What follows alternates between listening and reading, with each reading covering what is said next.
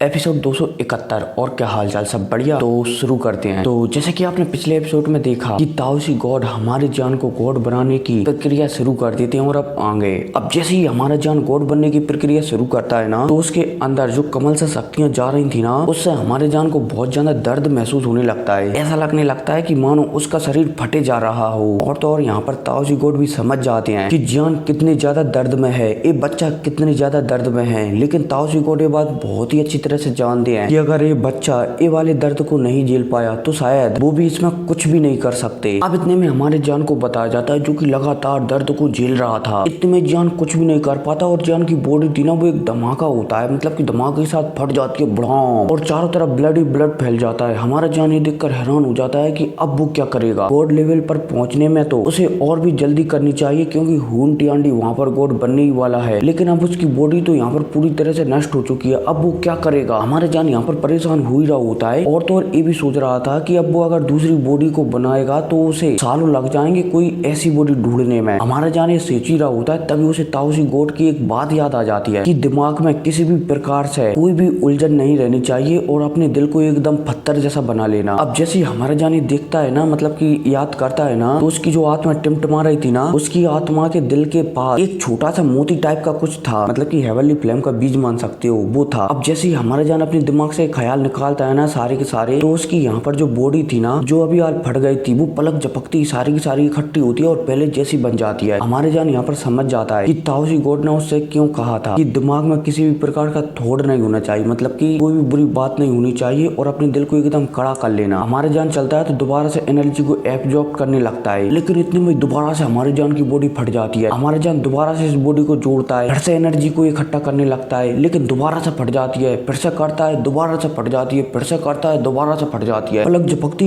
एक साल बीत जाता है और ऐसे एक साल में हजारों बार हमारी जान की, हजारों नहीं लाखों बार हमारी जान की बॉडी फटती है, ब्लास्ट होती है, ब्लड फैलता है और वैसे की वैसे हमारा जान उसे जोड़ लेता है। अब जैसे स्वर्णीय मकबरे में एक साल बीतता है ना, तो हमें बाहर का सीन बताया जाता है, जहाँ पर अभी सिर्फ 2 महीने ही बीते हुए थे, क्योंकि जो स्वर्णीय मकबरा है ना, उसका समय धीमा चलता है, इसलिए बाहर सिर्फ 2 महीने ही बीते हुए थे। हमें सेंटर फ्लेम को बताया जाता है, जहाँ पर हर तरफ अफरा तफरी मची हुई होती है, मतलब कि अफरा तफरी नहीं, लाशें डली हुई होती है और ब्लड की तो एकदम नदियां बह रही होती हैं। इतने में हमें हेवनली अलायंस को भी बताया जाता है, जिसका जो अब बॉर्डर है ना, वो अब 10,000 किलोमीटर दूर तक बढ़ चुका है, मतलब कि फैल चुका है। मतलब कि पहले जो 10,000 किलोमीटर का एरिया था ना, अब वो 20,000 किलोमीटर का हो गया है। ठीक है, जो उदाहरण है मेरी ओर से, पहले था उससे 10,000 किलोमीटर ज्यादा हो गया है, क्योंकि आस बीच में सेंटर फ्लेम के जो भी सेक्टर थे ना, वो हून क्लैन से इस प्रकार से, मतलब कि हून क्लैन के इस प्रकोप से बहुत ही ज्यादा परेशान हो गए थे। और तो और वो जानते थे कि हून क्लैन से वो किसी भी कीमत पर नहीं जीत सकते, इसलिए उन्होंने हेवनली अलायंस को ज्वाइन कर लिया था, ताकि वो अपने क्लैनों को सुरक्षित रख सके। हमें हेवनली अलायंस को भी बताया जाता है, जहाँ पर वू यान, ड्रैगन किंग, एम्परर और बाकी के पावरफुल लोगों ने मिलकर पूरे के पूरे हेवनली अलायंस के ऊपर लगभग 5,000 किलोमीटर के दायरे में एक पावरफुल सील चढ़ा दी थी, ताकि वो हून टियांडी के इस फॉर्मेशन से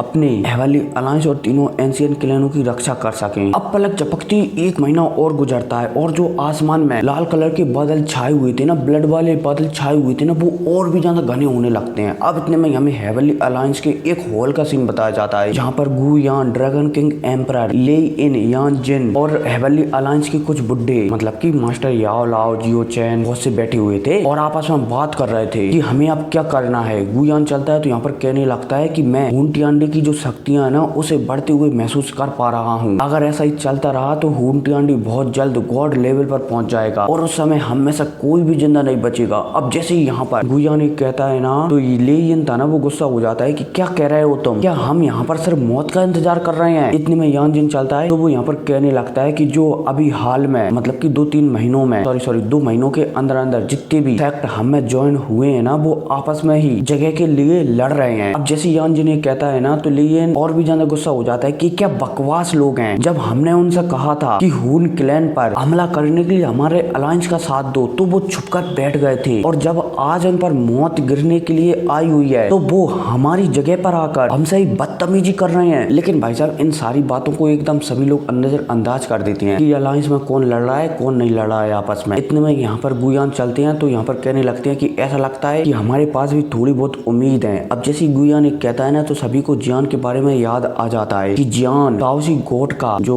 मतलब कि अरे यार एक नया नाम रखना पड़ेगा, इंग्रेडिएंट्स पता नहीं क्या कहते हैं, वो प्राप्त कर लेता है तो शायद हमारे जीतने के कुछ चांसेस बन जाएं। अब गुयान की कहती ही दिन से प्रताप पर हमें मौसम को बताया जाता है जो कि चेंज होने लगता है और पलक झपकते ही 3.5 महीने, 4 महीने, 4.5 महीने, 5 महीने, 6 महीने बीत जाते हैं और अभी तक सेंट्रल फ्लेम पूरी तरह से एक अलग ही माहौल में छा गया था, बोला जाए तो बस चुका था। हर तरफ तबाही तबाही फैल चुकी थी जो कि बहुत ही ज्यादा भयानक लग रही थी। अब 6 महीने बाद हमें आसमान का सीन बताया जाता है जहाँ पर चारों तरफ ब्लडी बादल छाए हुए थे ना, वो अचानक कांपने लगते हैं। अब इतने में हमें इन काले बादलों का लाल बादलों के अंदर का सीन बताया जाता है जहाँ पर हुंटी आंटी बैठा हुआ था। हुंटी आंटी चलता है तो अपनी आंखें खोलता है। आंखें खोलने के बाद वो उसके पास में खड़ी हुई ब्लैक डोबरिंग फ्लेम को देखने लगता है। अब जैसे ही हुंटी आंटी यहाँ पर ब्लैक डोबरिंग फ्लेम को देखता है ना, तो ब्लैक डोबरिंग फ्लेम चलती है तो वो हुंटी आंटी से कहने लगती है कि हमने याओ क्लैन के बंदों, सी क्लैन और ली क्लैन के बंदों को भी ब्लड पूल में फेंक दिया है। एनर्जी कम पड़ रही थी इसलिए हमने हमारे हून कबीले के 60 से 70% बंदों को भी इस ब्लड पूल में फेंक दिया है ताकि इस ब्लड पूल की एनर्जी को पूरा किया जा सके, लेकिन फिर भी इसकी एनर्जी पूरी नहीं हुई है। अब जैसी ब्लैक डोबरिंग फ्लेम कहती है ना, तो हुंटी आंटी चलता है तो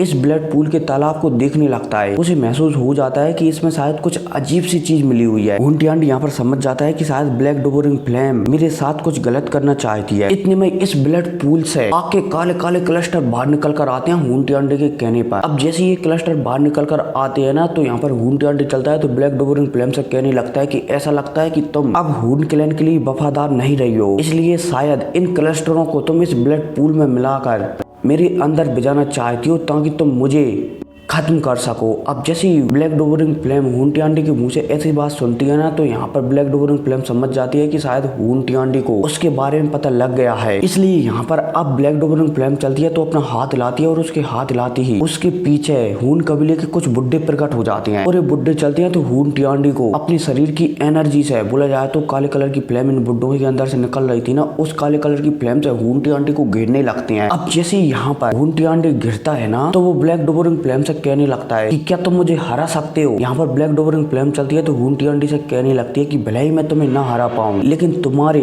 हून क्लैन को इतना नुकसान पहुंचाऊंगी कि कभी वो रिवाइव होने की सोच भी नहीं सकेगा, क्योंकि मैंने हून क्लैन के अधिकतर बुड्ढों के अंदर से, मतलब कि बुड्ढों के अंदर एक सील छोड़ रखी है और अगर मैं सोचती हूँ ना कुछ भी उन बुड्ढों के बारे में, तो पलक झपकती वो सारे के सारे बुड्ढे मारे जाएंगे। अब जैसे यहाँ पर ब्लैक डोबरिंग फ्लेम कहती है ना, तो हुंटी आंटी थोड़ा सा मतलब कि पहले से चौकन्ना था, लेकिन अब हुंटी आंटी चलता है तो ब्लैक डोबरिंग फ्लेम से कहने लगता है कि मुझे पता है तुम्हारी हरकतों के बारे में। आज से मुझे कई साल पहले ही तुम्हारे बारे में इन बातों का पता लग गया था कि तुम कुछ ना कुछ तो मेरे हून कबीले के साथ कर रही हो, इसलिए मैंने पहले से ही तुम्हारी जो सीट्स थी ना, बोला जाए तो तुम्हारी सील थी ना जो तुम मेरे बुड्ढों के अंदर लगा रही थी, उसे पहले से ही मैंने रिमूव कर दिया है ताकि तुम वक्त आने पर मेरी हून कबीले को नुकसान ना पहुंचाओ। मुझे तुम्हारे इरादों के बारे में कई साल पहले ही पता लग गया था कि तुम कुछ ना कुछ तो खुरापात मेरे हून क्लैन के खिलाफ जरूर रचोगे, इसलिए मैंने हर चीज का पहले से ही इंतजाम कर लिया था ताकि वक्त आने पर मैं तुम्हें बहुत ही अच्छी तरह से संभाल सकूं। अब जैसी ब्लैक डोबरिंग फ्लेम यहाँ पर हुंटी आंटी की बात सुनती है ना, तो वो हैरान हो जाती है कि हुंटी आंटी को उसके इरादों के बारे में पहले से ही पता था। यहाँ पर ब्लैक डोबरिंग फ्लेम भी समझ जाती है, मतलब की हुंटी आंटी ने उसके से निपटने के लिए जरूर कुछ ना कुछ तो सोचा ही होगा कि उससे आसानी से कैसे निपटा जाए। अब इतने में हुंटी आंटी चलता है तो अपनी जगह से खड़ा होता है और उसके खड़ा होते ही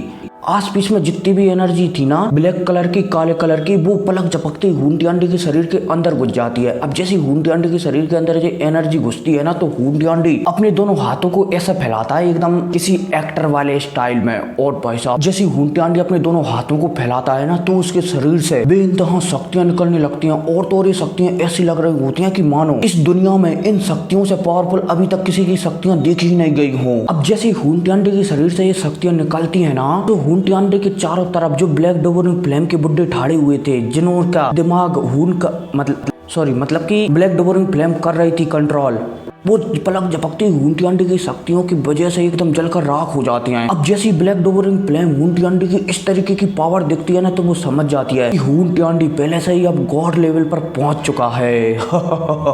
ये भाई साहब मतलब कि ये ब्लैक डोबरिंग फ्लेम की ऐसी नहीं थी, ये मेरी ओर से थी, ठीक है ऐसी। खैर कोई नहीं, अब होने वाली है इस स्टोरी की एकदम लास्ट फाइट, क्योंकि उधर हमारा जान भी एकदम पूरी तरह से तैयारियां कर रहा है। खैर कोई नहीं, अगली वीडियो बहुत ही जल्द आएगी और मैं कोशिश कर रहा हूं कि इसे बुधवार तक खत्म कर दिया जाए ताकि गुरुवार से हम इसका नोवेल 2 एक्सप्लेन करना शुरू करें। तो मिलते हैं अगली वीडियो में, टेक केयर।